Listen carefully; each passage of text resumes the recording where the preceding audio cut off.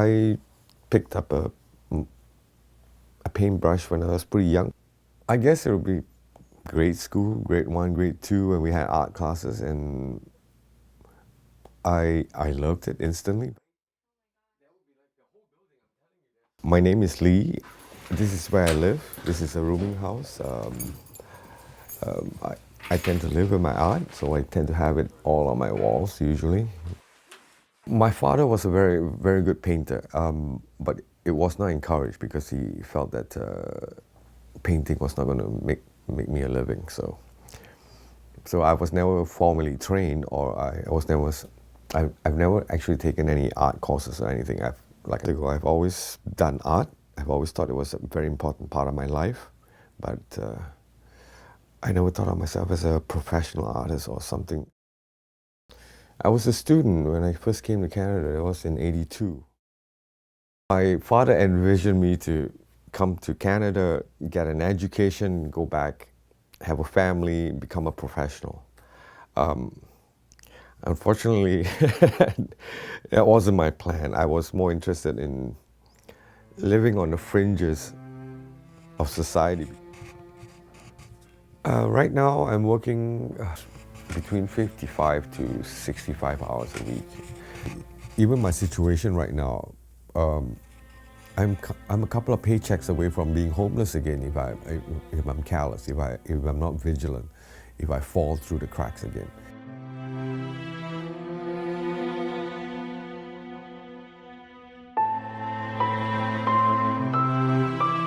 There's no what you call like a prototypical homeless person.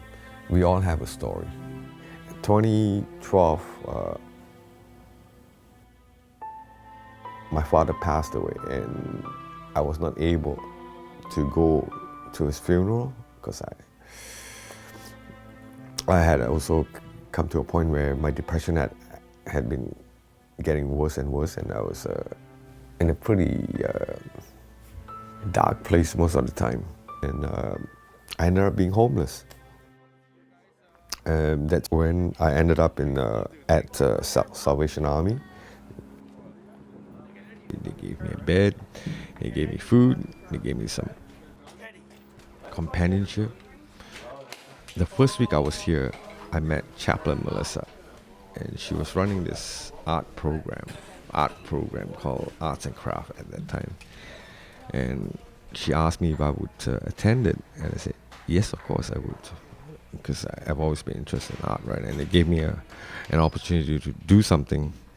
So I attended it, and I haven't looked back since. Before I came back here, we made spicy tuna ham. You would get a lot of people who are from the marginal society, I guess you could say. A lot of them are just freshly released from a prison term, or people who are court mandated to do certain community hours or community or rehab.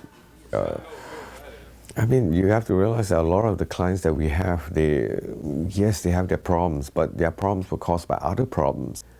It is an unfortunate situation for people to become homeless because they lose a lot of their dignity, they lose a lot of their independence. But it is through that program that I sort of found myself again, I guess. That really refreshed me, and it gave me a new focus in life. Now that I have moved out of the shelter for about a year now, it gave me an understanding of how I could actually use art to actually help others. I look at myself as a person, but also part of a community. My most precious gifts that I've been given are the people around me, and the relationships that I have with them.